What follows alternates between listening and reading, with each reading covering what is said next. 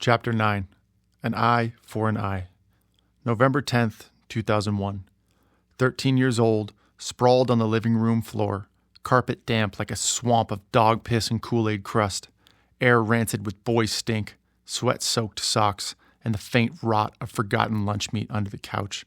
Graham's 15, Chad's 13, and we're hunched over a chessboard like toppled kings, waiting for Hungry Howie's pizza, its grease a lifeline we can smell before it arrives. We'd been warring all day, BB guns spitting pellets in the backyard, thwacking eucalyptus bark, pinging off rusted patio chairs.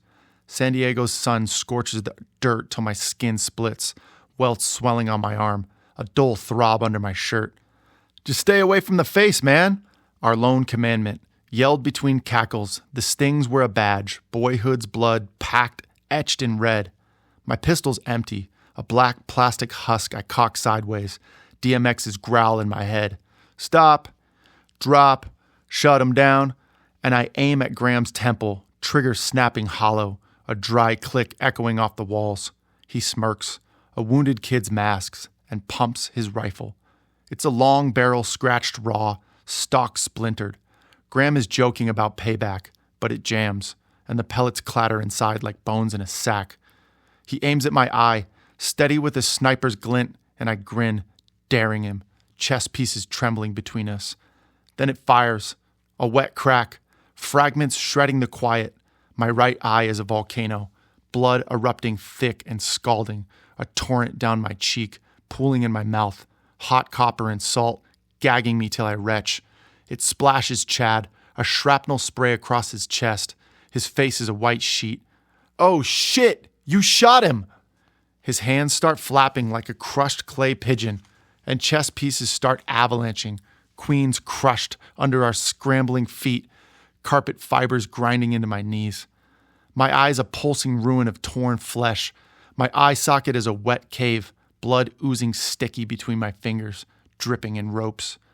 The sting of a branding iron plunged through my skull, splitting bone, searing nerves till I scream, a raw howl swallowed by the room's reek. Graham's a blur, and his eyes are bulging. His mouth is a black hole as panic shreds his bravado, a kid who'd fired his own hurt. Jerry's venom was a shrapnel scar we both bore. Innocence bleeds out thick, red clotting on the floor. We were boys, left alone, no parents, no map, just the stench of terror and pepperoni taunting from the hall. Graham lurches to the phone, hands quaking, dials Dr. Bichette. "Hang up, dial 911 now." Sirens howl, closing like wolves on their prey, and then absurdity stabs through. The Hungry Howie's driver pounds the door, a pimply shadow in a red cap, pizza box steaming, grease seeping through into a cruel mirage. The paramedics crash in, their boots thumping and stretcher rattling. I'm hauled out, and the blood starts to crust on my lashes, pizza steam licking my nose, saliva flooding my mouth while hunger claws my gut. All of it's a rage boiling that I'll never taste, the crust's promise slipping away as my eye's light dies. The ambulance jolts, sirens fill the street like a banshee wail. I remember the tires screeching away from my house, the paramedic trying to cover my entire face with gauze, and I panicked. Blood smeared the gurney. Chad's "oh shit" was a loop in my brain. Graham's silhouette sulking in the front yard becomes a ghost, shrinking, a wounded boy lost in his own ricochet. UCSD was a sterile hell, antiseptic clawing my throat, linoleum gleams with my blood's drip, lights buzz like flies over a corpse. The doctor arrives in the room, white coat stiff, face carved from stone in too many night shifts, breathing a stale coffee rot as he stands over my splayed body. I'm barely breathing. The morphine is a dull fog.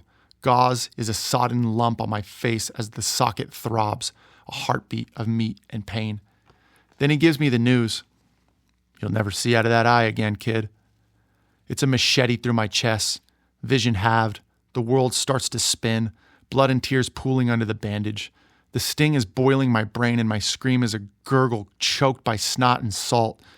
Then he leans in, close enough to taste his bitterness, and cuts deeper. "You were within millimeters of losing your life. That pellet shifts a millimeter, hits your optic nerve, and it's lights out. Over for you." It's a gut punch. Death's teeth grazed my scalp, The palate was a scythe slicing air. My eyes are a weeping chasm as blood crusts under my chin. The socket is a raw, sucking wound. My innocence is a shredded rag on the slab. God's there, his hand jerking that millimeter, knowing I'm forged of more. God had a purpose buried under gore's weight, the copper reek and the pain's wet howl. God gave me a passion for teaching that I can't yet touch, too hurt, drowning in the black flood of pain. Flash forward, December 13th, 2014, Twin Oaks in San Marcos. Julia's ivory lace shimmers, her hand clamps mine, calluses grinding my scars. Jerry's hiss a dying echo under I do. My blind eye is a mute witness, God's nudge from that bed blooming, a life I nearly lost, now hers.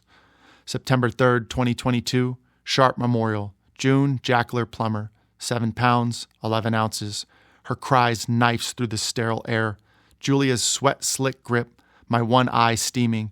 The pellets graze a ghost. God's grace in her fists. My hurt is a forge for this light.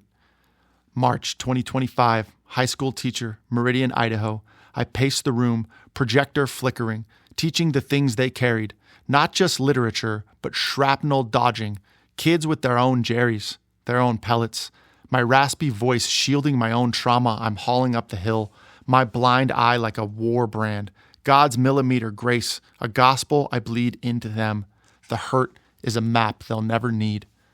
Back in the hospital, days after the accident, the gauze is a festering rag, blood caking my cheek like tar, Hungry Howie's ghost still taunting, iodine is a bitter burn.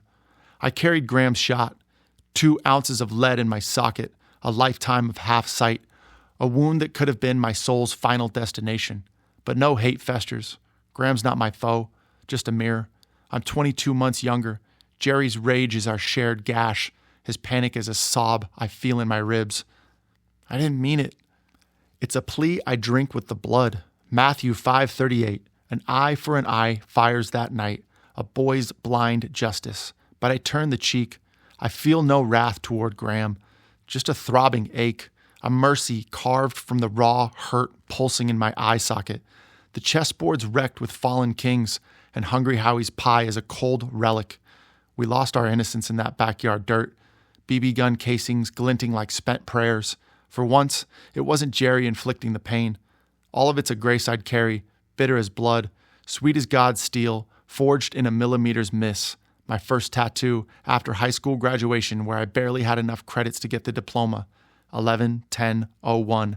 Pain is only temporary. Inked into my right shoulder cap. Graham's too.